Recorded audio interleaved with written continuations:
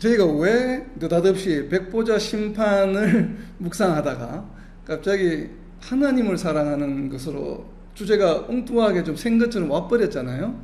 그래서 2주 동안 하나님을 사랑하는 것이 어떤 것이다.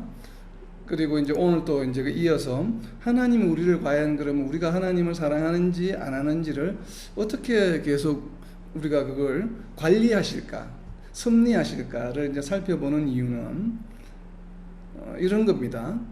여러분이 만약에 이제 뭐 우리는 이제 그런 일이 잘 없지만 만약에 한국에서 무언가를 잘못한 사람들이 법의 심판을 받게 되잖아요.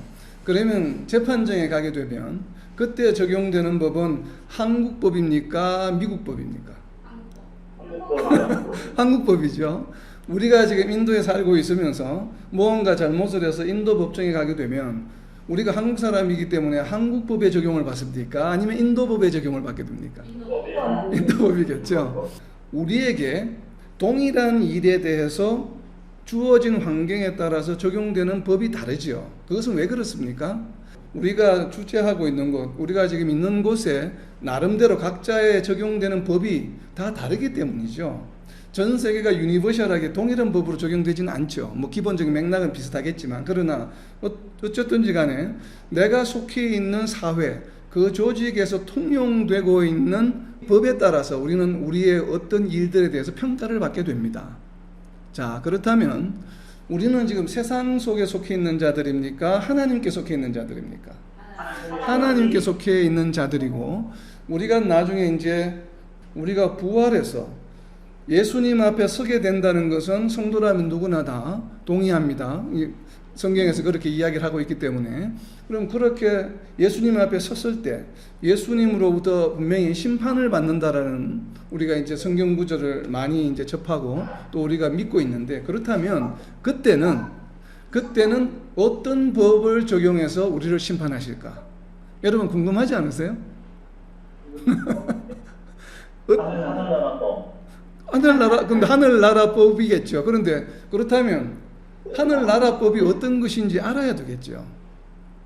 근데 과연 성도들 중에 우리가 과연 어떠한 것에 의해서 평가를 받을까? 우리가 어떠한 것에 의해서 심판을 받을까? 여기에 대해서 궁금해하는 분도 숫자가 적지만 그 법이 무엇인지에 대해서 아마 관심을 가지고 묵상하고 깨닫고 있는 성도들은 그렇게 많지 않을 거예요. 이게 참 우리가 어떻게 보면 신앙생활을 좀 이게 너무 수준 높지 않게 수준 낮은 성도의 생활을 하고 있지 않은가 하는 생각을 해보게 됩니다. 그래서 우리가 계속 지난 2주 동안 사랑을 나눈 것은 백보자 심판과 직접적인 연관이 있습니다. 우리가 나중에 예수님 앞에 서게 되었을 때 과연 우리는 그럼 어떤 기준으로 심판을 받게 될까? 우리가 심판을 받는 것은 너무나도 분명한 사실이기 때문에 심판을 받게 된다면 무엇에 의해서 우리가 적용이 되어서 심판을 받게 될까? 그것을 이해하려고 하는 노력입니다. 그리고 왜 하나님께서는 그럼 심판하실까?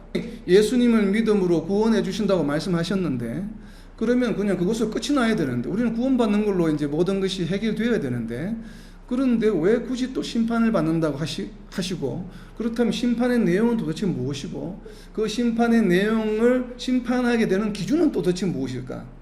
자, 이것에 대한 우리가 영적 호기심을 많이 가져야 됩니다. 그래야만 우리가 그것에 맞게끔 이 땅에 있는 동안에 거기에 맞게끔 하나님이 원하시는 대로 바라시는 대로 우리가 살아갈 수 있겠죠.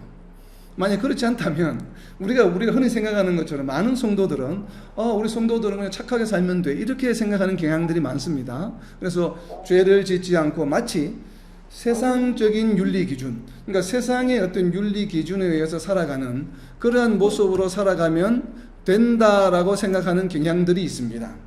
과연 그럴까요? 우리가 정말 세상에 착하게 잘 살아가는 사람들처럼 법이 없어도 살아간다라는 표현을 쓰는 그런 분들이 있잖아요. 법이 없어도 살 사람이야. 그래서 굉장히 누가 봐도 참 착하게 살고 선하게 살아. 과연 그것이 성도의 삶일까요? 우리가 만약에 그렇게 산다라고 한다면 하나님께 과연 우리가 나중에 예수님 앞에 섰을 때 과연 칭찬받을 수 있는 삶일까요? 자, 이런 것을 우리가 되새겨보아야 합니다. 도대체 어떻게 이 땅에서 살아가야만 나중에 예수님 앞에 서게 되었을 때 우리가 칭찬받는 삶이 될까? 아니면 우리가 어떻게 살게 되면 질책의 대상이 될까? 이것을 우리가 알기 위해서 하나님을 사랑하는 방법, 하나님을 사랑한다는 것이 무엇인지를 우리가 살펴본 것입니다. 우리는 우리가 생각하기에 나는 하나님을 정말로 사랑하는 삶이야 라고 생각했는데, 우리가 이제 지난 2주 동안 살펴본 것처럼 아닌 경우가 있죠. 하나님을 사랑한다고 하면서 이런 방법으로 살아가는 것이 하나님을 사랑하는 것이구나 라고 하는 것처럼 바로 그것을 알아보기 위한 것이에요. 그렇다면 이 땅에서 과연 하나님을 사랑하는 자, 하나님을 사랑하는 자로 살아가는 삶은 어떤 것을 의미할까? 자, 하나님을 사랑하는 자는 세상 사람들입니까? 하나님의 자녀들입니까? 하나님의 자녀들이죠. 그래서 분명히 하나님의 자녀들입니다. 그렇다면 하나님의 자녀의 삶은 세상 사람들이 살아가는 삶과는 달라야 합니다. 그거는 우리가 누구나 다 인정하죠. 우리는 분명히 다른 거야. 다르다고 하기 때문에 그것을 한 단어로 표현해서 거룩한 삶이라고 이야기하는 거죠. 거룩한 삶이라고 하는 것이 윤리적으로 깨끗하게 살아가는 삶을 의미하는 것이 아니죠. 물론 그 뜻은 내포되어 있지만 기본적인 거룩하다고 하는 것은 세상과 구별된다는 의미입니다. 세상과는 다르다고 하는 의미가 기본적인 거룩하다라고 하는 것의 이제 기본적인 개념이죠. 그렇다면 어떠한 삶일까요? 어떤 삶이 세상과 다른 삶일까요? 성령의 열매를 잇는 삶. 네, 성령의 열매. 성령의 열매는 어떤 것입니까? 우리가 아홉 가지 대표적인 나와 있잖아요. 오래 참고, 이렇게 온유하고, 사랑을 베풀고. 그런데 잘 한번 보세요. 성령의 9가지 열매 중에 꼭 성도만이 그렇게 살아갈 수 있습니까? 우리가 갈라디아에서 표현하고 있는 9가지 성령의 열매처럼 살아가는 세상 사람들은 존재하지 않을까요? 있습니다. 있죠. 분명히 있습니다.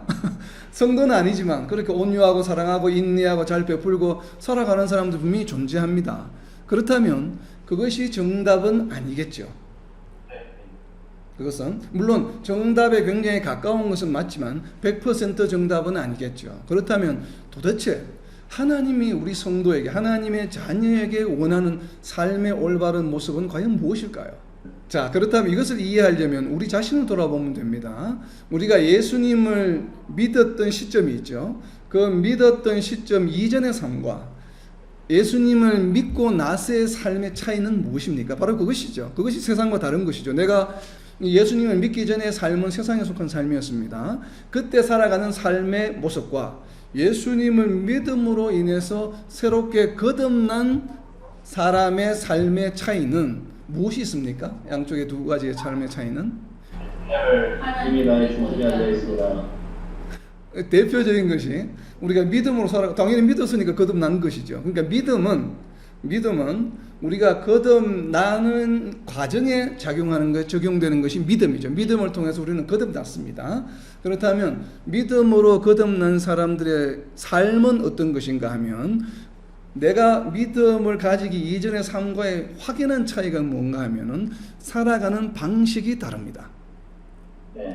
내가 예수님을 믿고 거듭난 이후의 이전의 삶은 내 자신이 나의 생각과 나의 철학과 나의 지혜와 나의 의지로 살아가는 삶이었습니다.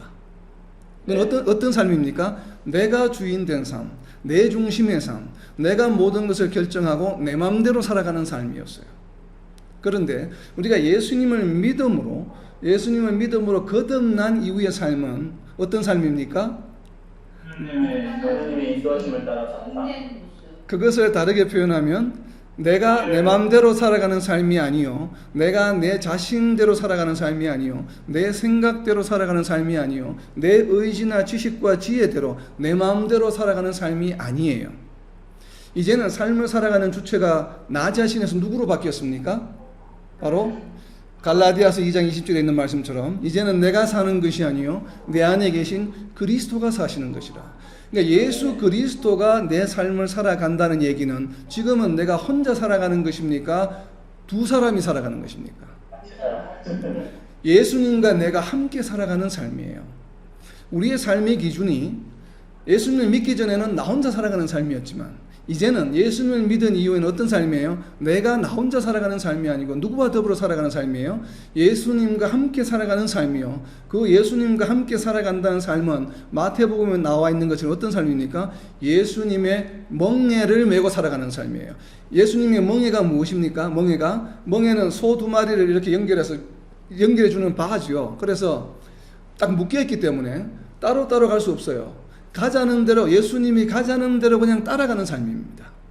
내가 예수님대로, 예수님 날 따라오세요 이렇게 살아가는 삶이 아니라 예수님의 멍에에 묶여서 예수님이 가고자 하는 대로 그냥 나는 그 멍에에 묶여서 꼼짝달싹 하지 않고 그 방향대로, 그 행보대로 빨리 가실 때는 나도 빨리 가고 천천히 가실 때는 나도 천천히 가고 오른쪽으로 가면 나도 오른쪽으로 가고 전혀 내 의지나 내 지식이나 내 어떠한 관심이나 내 자신의 결정에서 살아가는 삶이 아니라는 얘기예요.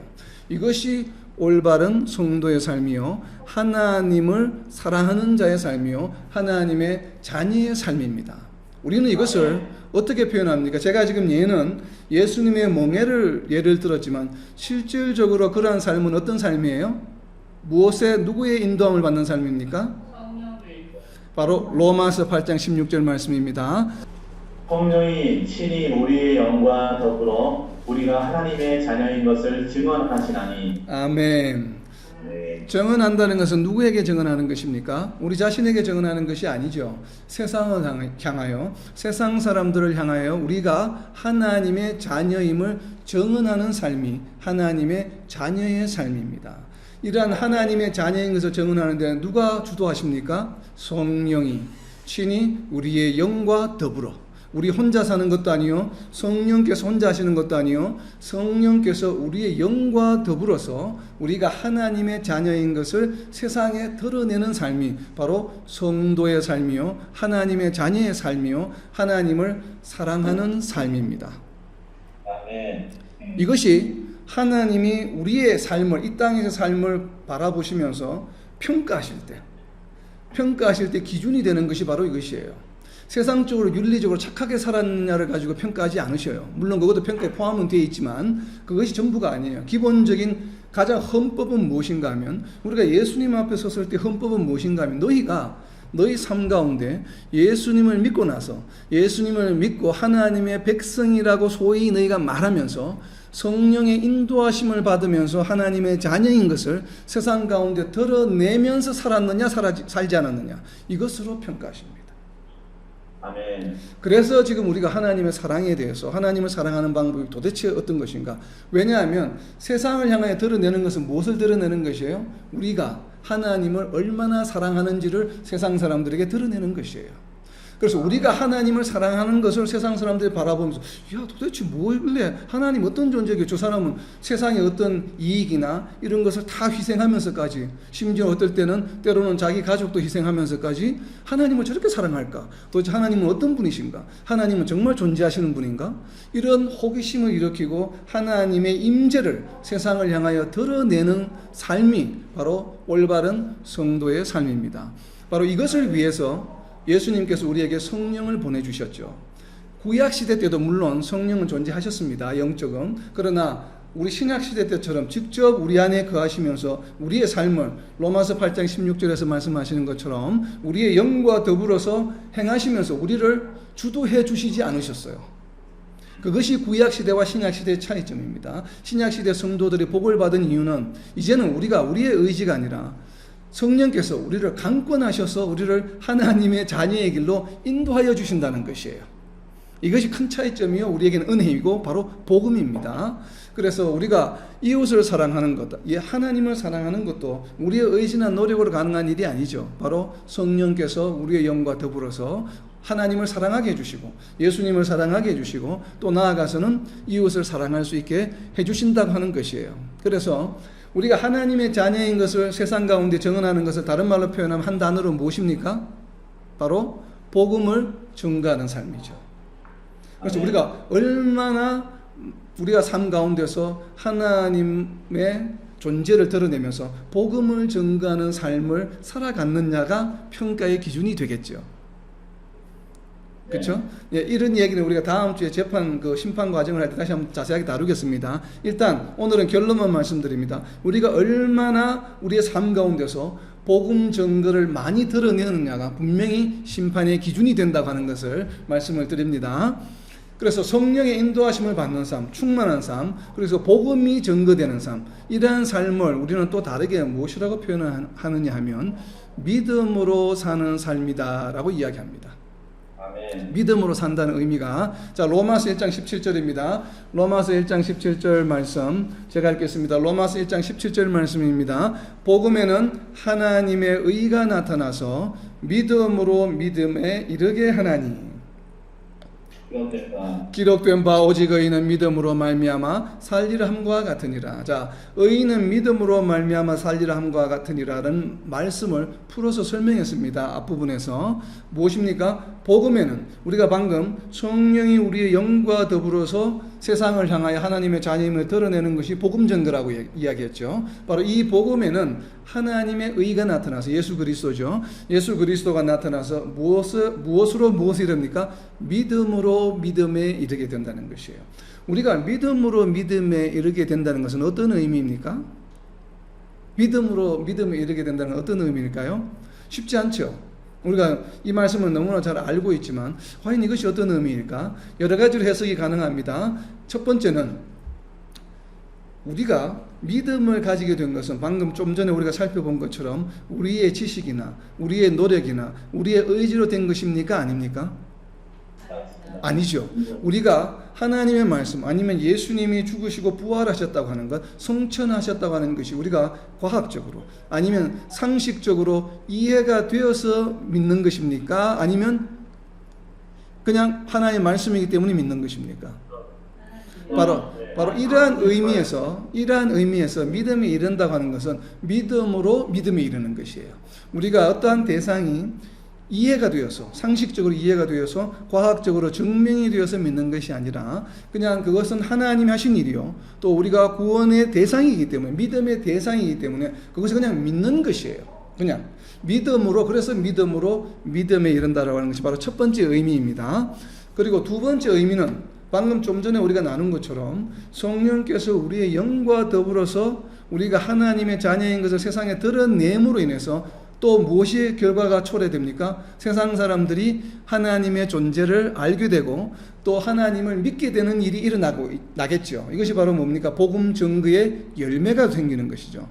복음 증거의 열매는 믿음이 생겨난 것이죠. 새로운 사람에 의해서. 그 믿음이 누구에 의해서 생겨났습니까? 우리 자신의 믿음에 의해서 믿음이 다시 생겨나게 된 것이죠. 이렇게 또 우리는 이러한 각도에서 조금 더 넓게, 첫 번째는 우리 자신의 믿음에 관해서 살펴보았고, 두 번째는 나와 주변의 복음 증거에 대해서, 주변에 있는 횡적인 관계에 있어서 믿음으로 믿음에 이른다라고 하는 것을 또 우리가 생각해 볼 수 있습니다. 자, 그리고 이제 세 번째 의미는 무엇인가 하면, 세 번째 의미가 중요합니다. 첫 번째는 우리 자신에 대해서 살펴보았고, 두 번째는 횡적인 관계에 의한 믿음으로 믿음에 이른다는 것을 살펴보았고, 이제 마지막은 종적인 관계입니다. 수직적인 관계. 수직적인 관계는 하나님과 우리 자신과의 관계예요. 하나님과 우리 자신과의 관계에서도 믿음으로 믿음에 이르게 하는 역사가 일어납니다. 그 얘기는 어떤 얘기겠습니까? 믿음으로 믿음에 이르게 하는 주체가 하나님이신데, 하나님께서는 우리가 예수님을 처음 믿었을 때 그때 상태의 믿음의 수준에 머물게 하실까요? 아니면 그 믿음을 성장하게 하실까요? 성장하게 하실 거라고 누구나 다 믿죠. 누구나 다 동의하죠. 그렇다면 과연 어떻게 하실까? 과연 어떻게, 그러면 이제 우리가 하나님께서 우리의 믿음을 날마다 성장시켜 주실 거야 라는 것에 대해서는 이제 믿음이 가는데, 그렇다면 어떤 방법을 통해서 과연 그렇게 하실까? 교제를 깊게, 하나님과의 교제를 말씀으로 날마다 이제 그렇게 생각하고 싶죠. 아니요, 맞습니다. 첫 번째는 그게 맞아요. 가장 어떠면 성령을 우리에게 주셨잖아요. 성령께서 우리에게 말씀을 가르쳐 주시죠. 그게 첫 번째입니다. 어떠미요? 그러면 말씀을 가르쳐 주시기만 할까요? 또 다른 방법을 사용하지 않으실까요? 자, 말씀을 가르쳐 주시고 성령께서 우리로 하여금 올바른 길로 가게 하실 것이야, 인도해 주실 것이야에 대해서는 추호도 의심이 없습니다. 성도라면 누구나 다 알고 있고 동의합니다. 근데 그 방법만 있는 것이 아니라 우리가 잘 알고 있는 그 방법 이외의 다른 방법을 통해서도 하나님께서는 우리를 믿음으로 믿음에 이르게 하는 일을 하십니다. 근데 어떻게 보면 말씀을 성령을 통해서 가르쳐 주시는 것보다 이 두 번째 방법이 어떻게 보면 비중이 더 클 수도 있습니다. 우리에게. 그게 왜 그러냐면 중요한 이야기이기 때문에 구약에서 하나님께서 하나님의 백성을 선택하신 다음에 첫 번째로 보여주신 에피소드가 바로 이것에 해당합니다. 우리가 창세기를 읽으면서 아브라함의 이야기를 굉장히 우리가 많이 알고 있잖아요. 많이 나누기도 했고 많이 설교도 많이 듣고 했기 때문에 알고 있는데, 이 아브라함과 하나님께서 방금 우리가 살펴본 것처럼 믿음으로 믿음에 이르게 되는 이 과정이 아브라함과 하나님께서 함께 동행하시면서 어떻게 역사하시며 승리하셨을까에 대해서는 관심 밖에 있는 경향들이 많습니다. 그래서 우리는 단순히 아브라함이라고 하면 그냥 믿음의 조상이야 라고 하는 단편적인 지식에 머물렀을 때가 너무나도 많습니다. 그렇다면 하나님께서 굳이 왜 아브라함에 관한 이야기를 창세기에 그냥 한 장 혹은 그냥 한 패러그래프 해도 되죠. 믿음의 아버지 역할을 하는 것을 그냥 끝났을 텐데 그것을 왜 여러 장에 걸쳐서, 아주 많은 장에 걸쳐서 아브라함을 부르실 때로부터 이삭을 바칠 때까지 이야기를 왜 길게 그 이야기들을 우리가 목도하게 했을까? 우리로 하여금 읽게 하셨을까? 왜 그랬을까요? 왜 아브라함의 그 과정들을 다 우리로 하여금 알게 하시기 위해서 모세를 통해서 기록을 남겨두셨을까요? 그것은 분명히 우리에게 무언가가 필요한 것이 있기 때문에 그런 것이죠. 그것을 우리가 잘 깨달아서 우리의 성도의 삶에 적용해야만 하기 때문에 그렇습니다. 자, 그것을 가장 잘 알 수 있는 구절이 창세기 22장 1절입니다. 그일 후에 하나님이 아브라함을 시험하시려고 그를 부르시되 아브라함아 하시니 그가 이르되 내가 여기 있나이다. 아멘. 아멘. 아멘. 여기에서 어떤 부분일까요? 하나님께서 시험하시고 맞습니다. 시험하시고에 동그라미를 쳐놓으세요. 자, 하나님께서는 이삭을 바치라고 하는 시험을 왜 하셨을까요? 아브라함에게? 믿음을 확인하시기 위해서. 확인하기 위해서요. 믿음을 확인하기 위해서라고 대부분 생각하시겠죠. 왜 시험하시니까 시험은 뭔가를 확인하기 위한 것이잖아요. 확인한 것으로 당연히 생각하죠. 시험인데. 그렇다면 자, 만약에 아브라함의 믿음을 확인하기 위한 것이라면 제가 다른 질문을 해볼게요. 그렇다면 하나님은 아브라함이 믿음이 있는지 없는지를 모르시는 무능하신 분입니까? 알고 있습니다. 자, 우리가 아브라함의 믿음을 확인한다는 게 만약에 정답이라고 한다면 당연히 질문이 나오잖아요. 그러면 하나님은 아브라함이 하나님 믿는지 안 믿는지 모른다는 얘기인가? 이렇게 되죠. 근데 우리는 하나님 어떤 분이시라는 걸 알고 있습니까? 전지전능하시고 우리의 모든 삶을 아시고 우리 마음속에 무엇인지 다 아시는 분이라고 우리는 알고 있죠. 그렇다면 하나님께서는 아브라함이 믿음이 있는지 없는지 아십니까? 모르십니까? 아십니다. 아시죠? 그렇다면 왜 시험하셨을까요? 이제는 답이 달라져야 되죠. 그 행위를 보시려고요. 분명히 아브라함이 믿음이 있는지 없는지를 확인하기 위한 시험은 아니에요. 왜? 하나님이 이미 알고 계셔요. 아브라함의 믿음이 어떤지. 알고 계시는데 왜 그럼 이 시험을 하셨을까를 우리는 유념해서 보아야 합니다. 그죠? 그런데 이 시험을 한 시점이 언제예요? 아브라함을 하나님의 백성으로 처음 고향 땅에서 불러내신 지로부터 얼마의 시간이 지금 흘렀습니까? 지금 이삭이 티네이저가 되었으니까, 티네이저는 뭐 10살 이상으로 봅니다. 10세에서 10세에서 한 12, 3세. 그러면 아브라함이 이삭을 몇 살 때 낳았어요? 100세 때 낳았죠. 100세 때. 그러면 이제 티네이저가 되었으니까 아브라함의 나이는 최소한 110세는 넘었습니다. 110세에서 115세 사이쯤 되겠죠. 근데 하나님께서 아브라함을 언제 고향 땅에서 불러내셨냐면 아브라함의 나이가 70세일 때 불렀습니다. 그러면 70세일 때 불러서 지금 아브라함 나이가 110세가 넘었으니까 시간이 얼마나 흘렀습니까? 최소한 40년은 지났죠. 40년에서 아마 45년 사이가 지난 시점에 아브라함을 시험하셨습니다. 아브라함을 부르신 이후에 바로 시험하신 것이 아니라 아브라함을 하나님의 백성으로 부르신 지가 40년 최소한, 길게는 45년이 지난 시점에서 아브라함을 시험하셨습니다. 그렇다면 과연 아브라함이 믿음이 있는지 없는지 모르셔서 하셨을까? 그렇지 않아요. 그런데 아브라함이 이러한 시험을 받게 된 이유는 어디에 있습니까? 왜 이런 시험을 받게 되었을까요? 연단시키기 위해서. 이유는 무엇입니까? 아브라함이 무엇을 했기 때문에 이런 시험을 받게 되었습니까? 아브라함이 이스마엘을 낳았죠. 분명히 창세기에서 15장에서 하늘의 별과 같이 자손을 많이 준다고 약속하셨는데 거기서 분명히 그 말씀을 믿습니다라고 대답을 했는데도 불구하고 몇 년이 지나자 그것을 계속 기다리지 못하고 인간의 방법으로 하갈을 받아들여서 이스마엘을 낳게 됩니다. 이 이스마엘을 만약에 낳지 않고 계속 기다렸다면 아마 이삭을 바치라는 시험은 없었을 것이라고 저는 믿습니다. 근데 이삭을 바치라고 하는 시험이 있은 이유는 무엇인가 하면 이스마엘을 낳았기 때문에 그래요. 그러면 이스마엘을 낳을 때 아브라함의 마음속에는 하나님에 대한 믿음이 없었습니까? 있었습니다. 당연히 있었죠. 당연히 있었죠. 그래서 그래, 급해서. 믿음은 있었지만 거기에 또 무엇이 있습니까? 유혹이 있었죠. 유혹이. 우리가 하나님을 믿기는 하지만 말씀을 믿기는 하지만 나이가 점점 들어가는데 정말 나올 수 있을까? 하나님 약속은 하셨지만 이게 아직 일어나지 않네? 역시 안 되나 봐? 라는 의구심이 생겼죠. 그렇다고 해서 하나님을 믿지 않는 믿음의 상태는 아니에요. 그죠? 하나님 믿죠, 분명히. 그렇지만 거기에 대한 절대적인 확신의 강도가 약했습니다.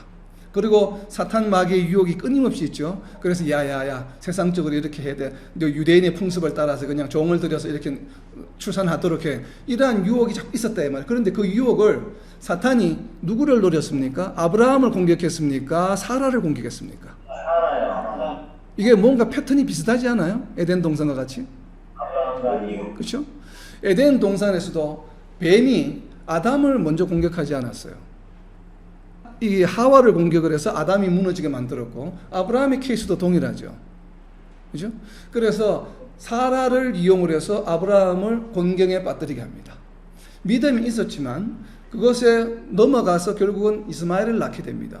그러면 하나님이 분명히 아브라함이 믿음이 없지 않다는 것을 압니다. 그렇지만 그 행동을 보니까 온전하게 100% 절대적인 신뢰에서 그것이 약간의 의구심이 들어가고 옆에 유혹이 들어오니까 귀가 솔깃해서 넘어가는 잘못을 저지르게 됩니다. 그렇다면 하나님께서는 그런 아브라함을 두고 야 네가 잘못했으니까 너는 좀 혼이 나야 돼. 그래서 뭐 이렇게 징벌을 가한다든지 이렇게 채찍질한다든지 형벌을 가해서 뭐 그 사람 어떻게 이렇게 막 벌을 막 세게 준다든지 해서 아니면 노아 홍수 때처럼 세상을 멸망시키듯이 그냥 야 더 이상 너하고는 이제 앞으로 안 해. 그리고 이제 아브라함을 완전히 갈로 밖으로 제껴내신다든지 이러지 않으셨죠.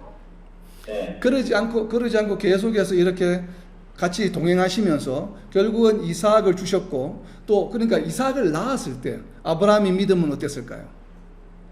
정말 사라가 나이 90세에 임신을 하고 정말 이삭을 낳게 되었을 때 그 아브라함의 믿음은 이스마엘을 낳았을 때의 믿음과 비교하면 성장했겠습니까? 성장하지 않았겠습니까? 엄청나게 성장했겠죠. 왜냐하면 기적을 직접 체험했기 때문에 정말 하나님이 그러시구나. 그러면 분명히 아브라함의 믿음은 한 단계 업그레이드 된 것이 맞습니다. 그렇다면 하나님께서도 아브라함의 믿음이 한 단계 업그레이드 되었다는 것을 분명히 아십니다. 아시는데도 불구하고 이삭을 바치라고 하는 시험을 하신 이유는 무엇인가 하면 아브라함 스스로가 자신의 믿음을 스스로 지켜나갈 수 있도록 힘을 길러주시기 위한 방법이에요. 무엇인지 이해가 됩니까? 아브라함이 사라가 유혹했을 때는 자기 스스로 넘어갔습니다. 분명히 넘어가면서도 아브라함은 좀 찜찜한 게 있었을 거예요. 분명히 하나님께 약속하셨는데 그래도 뭐 내가 하는 건 아니니까 어쨌든 뭐 와이프가 하라고 그러니까 내가 못 이기는 척하고 그냥 넘어가자 이런 마음이 아마 이런 마음이 없지 않아 있었을 거예요. 그렇게 해서 만약에 그렇게 했지만 그러나 이삭을 실제로 낳게 되니까 아니야 하나님 말씀은 정말 확실해. 이제는 내가 어떤 유혹이 와도 넘어가지 않을 거야. 그런 자기 스스로에 우리가 성경에 나오지는 않지만 아마 엄청난 결단을 했을 겁니다. 신앙의 결단을 분명히. 그리고 자기 자신이 올바로 서게 되었을 거예요. 그랬을 때 하나님께서는 다시 한번 아브라함이 스스로 자신의 믿음을 지켜낼 수 있는 기회를 주신 것이에요. 그래서 이 시험이라고 하는 것은 무슨 의미입니까? 아브라함의 믿음을 한 단계 더 업그레이드 시키면서 본인 스스로가 자신의 믿음에 대한 확신을 심어주기 위한 과정이죠. 이것이 바로 무엇이에요? 믿음으로 믿음에 이르게 하는 과정이에요. 아멘. 믿음으로 믿음에 이르게 하는 역할을 하나님께서 하시는데 무엇을 통해서 하십니까? 말씀을 가르쳐 주시기도 하지만 시험과 시련과 환난을 통해서 하십니다. 아멘. 우리가 말씀을 통해서 가르쳐 주시고 우리가 성장하게 하시는 것은 우리로 하여금 말씀을 통해서 깨달아서 하게 하는 것이요. 또 다른 한 방법은 무엇인가 하면 삶 가운데서 우리가 아브라함처럼 때로는 시험을 당하기도 하고 겪기도 하고 시험을 겪고 그것을 통과하는 과정에서 우리는 우리 자신을 어떻게 알 수 있습니까? 우리의 믿음을 스스로 체크할 수 있게 되죠. 아브라함이 후회했던 것처럼 이스마엘을 낳고 나서 아브라함이 분명히 후회했을 겁니다. 회개의 기도를 했을 것입니다. 근데 그런 것처럼 내가 믿지 못했네 이런 생각을 했을 테고 그 회개의 마음이 언제 절정에 이르렀을까요? 이삭을 낳았을 때 절정에 이르렀겠죠. 아마 모르긴 해도 다윗처럼 눈물로 통곡했을지도 모릅니다. 내가 이런 하나님을 믿지 못했겠구나. 믿지 않았구나. 그래서 내가 세상적인 방법을 택했구나. 라고 아마 그런 회개의 기도가 분명히 있었을 거예요. 그렇기 때문에 자기 자신이 스스로 한 단계 업그레이드 될 수 있는 과정을 거치게 됩니다. 그래서 그러한 과정을 이제는 이삭을 바침으로 이삭을 바쳤는데 그것을 구원해 주시는 그 과정을 거치면서 아브라함의 믿음을 얼마나 공부해졌겠습니까? 그 과정을 거친 이후에는 사탄의 어떠한 유혹에도 아마 흔들림이 없이 넘어가지 않는 수준에 이르렀을 거예요. 이 아브라함의 믿음이 굉장히 견고한 반석 위에 서게 되는 과정이 바로 무엇입니까? 시험이라고 하는 과정이에요. 그래서 스스로를 또 확인하게 되고 스스로도 자신이 강하게 되었다는 것을 알게 되고 그래서 더욱더 굳건한 반석 위에 서게 되는 것이죠. 이것이 바로 하나님과 우리의 관계에 있어서 믿음으로 믿음에 이르게 하는 방법이라고 저희는 생각을 합니다. 정말 그런지 제가 지금까지 이렇게 나눈 말씀이 제가 그냥 이렇게 생각을 해서 유추해서 한 이야기가 아니라 하나님 말씀에 정확하게 기록이 되어 있습니다. 베드로전서 4장 12절입니다. 사랑하는 자들아 너희를 연단하려고 오는 불시험을 이상한 일 당하는 것 같이 이상히 여기지 말고. 아멘. 우리를 연단하려고 불시험을 무엇이라고 합니까? 목적이 우리를 골탕 먹이려고 우리를 힘들고 어렵게 하려고 오는 시험입니까? 아니에요.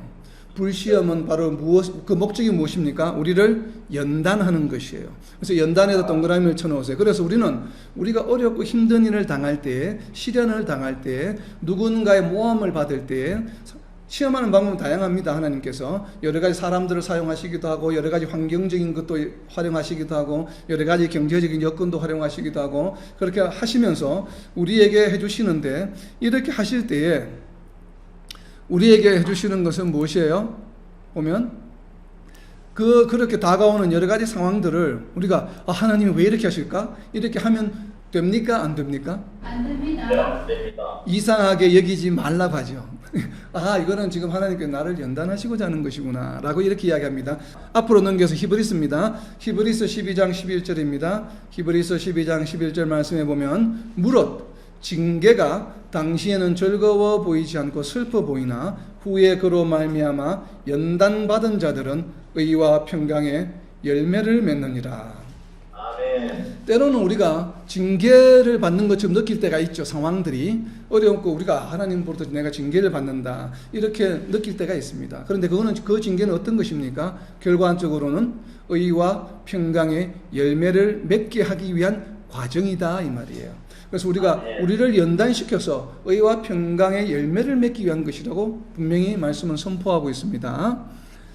의와 평강의 열매는 어떤 곳의 열매예요? 로마서 14장 17절에 보면 하나님 나라는 먹고 마시는 것이 아니라 무엇입니까? 의와 평강과 희락이라. 바로 하나님 나라의 백성이 되는 조건이에요. 하나님 나라의 백성이 되는 과정이 바로 이렇게 때로는 불시험으로 때로는 징계로 나타나는 것입니다. 자, 이제는 구약 성경을 넘어갑니다. 구약 성경 이사야서 48장 10절입니다. 보라 내가 너를 연단하였으나 눈처럼 하지 아니하고 너를 고난의 풀무 들에서 택하였노라. 아멘. 연단의 강도가 어느 정도입니까? 이게 아마 은을 연단하는 방법이 있고 다른 것을 연단하는 방법이 있어요. 은은 그건 뭐라 그러죠? 녹는 그 온도가 낮아요. 은은 물은 금속이기 때문에. 그래서 은을 녹여서 정지하는 것처럼 하지 않고 풀무불은 무엇입니까? 굉장히 용광로처럼 많이 하는 것이죠. 그러니까 고난과 이런 시련과 고통이 어느 정도 수준이라는 것이에요? 강도가 엄청나게 세다는 것이에요. 엄청나게 세다는 것이에요. 내가 주변에 있는 사람들보다 2배, 3배 이상의 지금 시련과 고난을 당하고 있다는 것은 다르게 표현하면 무엇입니까? 그만큼 2배, 3배 이상으로 연단하시겠다고 하는 하나님의 사랑이에요. 아멘. 오히려 우리는 기뻐해야 됩니다. 그래서 고난의 풀무불에서 택하였노라 할 정도로 하시는 이유는 무엇이에요? 우리를 연단하기 위해서입니다. 그래서 우리가 이것을 잘 알 수 있는 구절이 어딘가 하면 계시록 3장 18절의 말씀입니다. 계시록 3장 18절 말씀입니다. 뒤로 넘겨서 보시면 내가 너를 권하노니 내게서 불로 연단한 금을 사서 부요하게 하고 흰옷을 사서 입어 벌거벗은 수치를 보이지 않게 하고 안약을 사서 눈에 발라보게 하라. 아멘. 아멘. 라우디게아 교회의 성도들에게 하신 말씀이에요. 성도의 삶이 어정쩡하게 살아가는 이 성도들에게 하신 말씀인데 너희가 불로 연단한 금을 사라고 이야기합니다. 바로 이와 같이 금을 정지할 정도로 강한 불로 연단한 금을 사서 너희가 부유하게 하고, 부유하게 한다는 것은 라우디게아 성도들이 마치 부유한 자처럼 말하나 실제는 가난한 자들이다라고 선포하고 있기 때문에 그래요. 알고 보니까 가난한 자들이야. 그렇기 때문에 연단을 받아서 부유하게 되어서 부유하게 된 결과가 무엇입니까? 흰옷을 사서 입어라.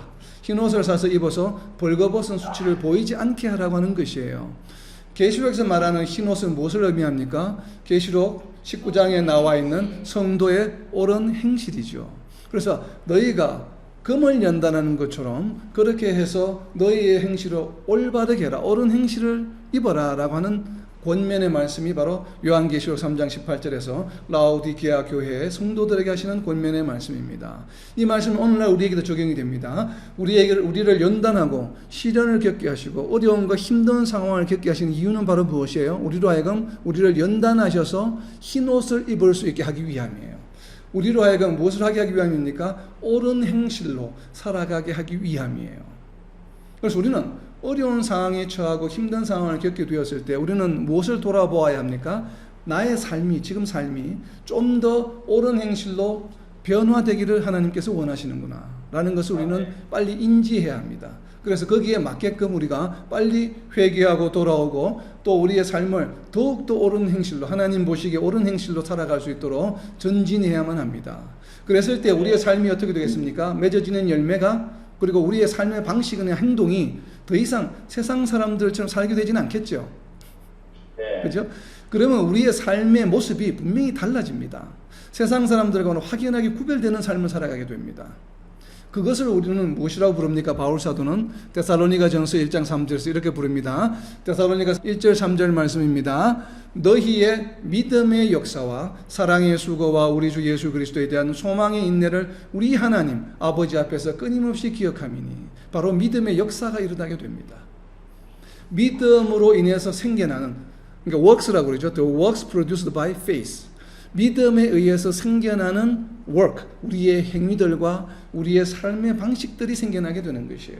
바로 이것이 시험과 연단을 통해서 옳은 행실로, 더욱더 옳은 행실에 가까워지는 삶을 살아가는 것이 바로 하나님의 자녀의 이 땅에서의 삶입니다. 아멘. 그래서 이렇게 살아가는 삶, 믿음의 역사, 믿음의 산물을 만들어내며 살아가는 삶, 나 자신이 믿음으로 믿음에 이르고 또 나의 믿음으로 주변의 사람들에게 믿음이 증거되고 또 그리고 하나님께서 시련과 연단을 통해서 우리의 믿음을 믿음으로 계속 이렇게 성장시켜주는 삶을 바울 사도와 하박국 선지자는 무엇이라고 한마디로 한 줄로 표현합니까? 의인은 믿음으로 말미암아 살리라라고 하는 것이에요. 믿음으로 살아가는 존재를 누구라고 부릅니까? 어떤 사람들이라고 부릅니까? 의인이다라고 하는 것이에요. 그렇다면 이렇게 믿음으로 살아가는 자들, 즉 의인들이 하늘의 생명책에 기록된 자들이다라는 얘기죠. 다시 표현하면 하늘의 생명책에 기록된 자들은 한 단어로 표현하면 어떤 자들입니까? 의인들입니다. 의인들.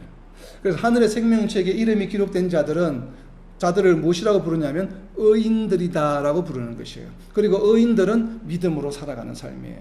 나 자신도 더욱 믿음이 성장하고 주변에도 믿음을 전파하고 그리고 하나님의 어떤 우리의 섭리 가운데서 나의 믿음이 계속 성장해가는 삶을 살아가는 자들을 말합니다. 자, 과연 생명책에 기록된 자들이 의인들이 맞는지 안 맞는지를 알 수 있는 성경 구절이 있습니다. 69편 28절 말씀입니다. 그들을 생명책에서 지우사 의인들과 함께 기록되지 말게 하소서. 아멘. 자, 생명책에 기록된 자들이 어떤 자들입니까? 의인들이죠. 의인들과 함께 기록되지 않게 해달라고 하는 얘기는 생명책에 기록된 자들이 어떤 자들이라는 얘기예요? 의인들이다 라고 하는 얘기예요. 그런데 자, 이 말씀이 뒷부분은 참 좋은데 앞부분이 좀 문제가 되죠. 생명책에 그들을 생명책에서 지우사. 자, 이게 이제 도전이 되는 말씀입니다. 그렇다면 생명책에 기록된 자들은 분명히 의인들이 맞는데 생명책에 기록된 자들이 지워질 수도 있네. 지운다는 얘기는 원래부터 없었던 사람들이 아니죠. 네. 기록되어 있는 자들을 지금 지워달라고 지금 기도하는 것이죠. 이거는 누구의 기도인가 하면 다윗의 기도입니다. 다윗이 지금 하나님께 기도하는데 그들을 생명책에서 지워주세요 합니다. 그렇다는 얘기는 그들이 생명책에 기록되어 있다는 얘기입니까? 아닙니까? 기록되어 있다는 얘기죠. 기록되어 있기 때문에 지워서 나머지 의인들과 함께 기록되지 않게 해주세요라고 기도합니다. 여기서 그들은 누구인가 하면 바로 사울과 사울의 일당들을 말합니다. 사울의 그룹을 말합니다. 지금 사울에게 쫓기면서 한 기도거든요, 이 시편이. 자, 그렇다면 질문입니다. 사울은 생명책에 기록되어 있을까요? 기록되어 있지 않을까요? 아니, 지금 현재 생명책에 기록되어 있을까요? 구원받았을까요? 구원받지 못했을까요? 본받지 못했습니다. 아마 성도들에게 투표를 하라고 그러면 사울이 구원받았다고 투표하는 사람보다는 구원받지 않았다고 아마 투표하는 사람들이 훨씬 더 많을 겁니다. 그렇죠. 왜 그렇습니까? 사울이 점쟁이를 찾아가기도 했죠. 우상을 섬겼죠. 그래서 이 죄는 용서받지 못하는 죄입니다. 그래서 하나님으로부터 버림을 받게 되죠. 그러니까 사울은 어떤 존재였습니까? 하나님의 명령에 의해서 기름 부음을 받은 자예요. 하나님의 선택을 받은 자예요. 왕으로 선택을 받은 자예요. 더군다나 일반 백성도 아니고 분명히 생명책에 기록되었던 자입니다. 그런데 그가 어떤 죄를 저질렀습니까? 하나님을 신뢰하지 못하고 두려움에 떨어서 블레셋 군대가 쳐들어왔을 때 점쟁이를 찾아갔습니다. 점쟁이를 찾아간 이유가 무엇입니까? 죽은 사무엘의 혼을 불러달라고. 하나님께 기도해도 응답이 없거든요. 그러니까 이제 그 점쟁이를 찾아가서 사무엘을 불러달라고 이야기했습니다. 하나님을 믿지 못했어요. 과연 이러한 자가 여전히 생명책에 기록이 남아있어서 구원을 받게 될까? 라고 우리가 생각을 해보면 우리가 알고 있는 지금까지 성경적인 지식이나 어떤 걸 동원해도 구원받지 못할 것이라는데 저희가 아무래도 무게중심이 쏠리게 됩니다. 바로 이런 것처럼 지워졌겠구나. 다윗의 기도의 응답으로 라고 하는 가능성이 있습니다. 왜 그러냐면 그 말 왜 저희가 그렇게 생각할 수 있냐면 하나님께서 지우실 수 있다라고 선포하셨기 때문에 그렇습니다. 우리의 장로교 신앙은 한번 생명책에 기록이 되게 되면 우리는 영원히 분명히 구원을 받게 되고 절대로 우리가 그 생명책에서 누락되지 않는다는 신앙관을 가지고 있습니다. 우리 장로교는. 저도 개인적으로 그것을 믿습니다. 그런데 하나님께서는 생명책에서 지우시겠다고 분명히 선포하셨습니다. 성경책에서. 자, 출애굽기 32장 33절입니다. 여호와께서 모세에게 이르시되 누구든지 내게 범죄하면 내가 내 책에서 그를 지워버리리라. 아멘. 여기서 책은 무슨 책이겠습니까? 생명책입니다. 그러니까 생명책이 요한계시록에 처음 나오는 개념이 아니에요. 이미 출애굽기에 나옵니다. 하나님께서 이 생명책에서 지워버리겠다고 분명히 선포하셨습니다. 모세를 통해서. 그래서 근데 그게 조건이 누구예요? 내게 범죄하면 내가 내 책에서 그를 지워버리리라. 이 말씀은 여전히 저는 유효하다고 생각합니다. 물론 우리는 여기서 말하는 범죄는 과연 무엇일까? 이제 또 깊이 있게 묵상에 들어가야 되겠지만 바로 우상을 섬기는 것이라고 저는 생각합니다. 우리가 단순히 친구 간에 거짓말하고 이런 것이 아니라 그냥 우상을 섬기는 것, 하나님을 배반하는 것. 다르게 표현하면 성경의 신약의 말씀에도 나오죠. 성령을 회반하는 죄. 이러한 죄들은 용서받지 못합니다. 분명히 선포하고 있기 때문에 바로 그와 같은 죄들이 이제 여기에 해당하지 않을까 저희들은 이제 이해를 해봅니다. 그렇게. 그래서 분명한 것은 생명책에서도 지워질 수 있을 개연성이 분명히 있다고 하는 것이에요. 그럴 가능성은 말씀에서 선포하고 있기 때문에 자 그러면 이것이 구약에만 있는 개념이 아닌가라고 저희가 좀 위안을 삼고 싶습니다. 구약이기 때문에 구약의 성도들에게 이스라엘 백성들에게만 적용되는 말씀이요. 신약에 예수님이 오신 이후에 예수님을 믿음으로 하나님의 백성이 된 자들에게는 적용이 안 되는 것이다라고 저희들이 이해하고 싶은 마음이 생기죠. 그렇게 해석할 여지도 분명히 있죠. 그렇게 해석할 수 있습니다. 분명히. 그 가능한 해석이니까 우리가 그렇게 생각할 줄 알고 하나님께서 신약 성경에도 명확하게 선포하고 있습니다. 자, 계시록 3장 5절입니다. 계시록 3장 5절입니다. 신약의 마지막에 있는 계시록 3장 5절입니다. 제가 읽겠습니다. 이기는 자는 이와 같이 흰옷을 입을 것이요 내가 그 이름을 생명책에서 결코 지우지 아니하고 그 이름을 내 아버지 앞과 그의 천사들 앞에서 시인하리라. 아멘. 누가 하신 말씀입니까? 예수님이 하신 말씀이죠. 아버지 앞에서 하시겠다고 했으니까. 그럼 결국은 생명책에서 이름을 지우시는 장본인은 누구십니까? 예수님이죠. 그런데 내가 너의 이름을 결코 생명책에서 지우지 아니하겠다고 하신 것은 지울 수도 있다는 얘기죠. 왜냐하면 결코 생명책에서 지우지 않겠다고 하는데 조건이 붙었죠. 앞에. 아무나 모든 사람을 결코 지우지 않겠다고 하시는 것이 아니라 어떤 자가? 이기는 자예요. 이기는 자는 어떤 자입니까? 여러 가지 핍박이나 그러한 순교의 상황, 그리고 두 짐승, 짐승이 막 유혹하는 이러한 것들을 다 이기는 사람들은 내가 생명책에서 지우지 않을 거야. 그럼 지우는 자들은 누굽니까? 지는 자들이겠죠.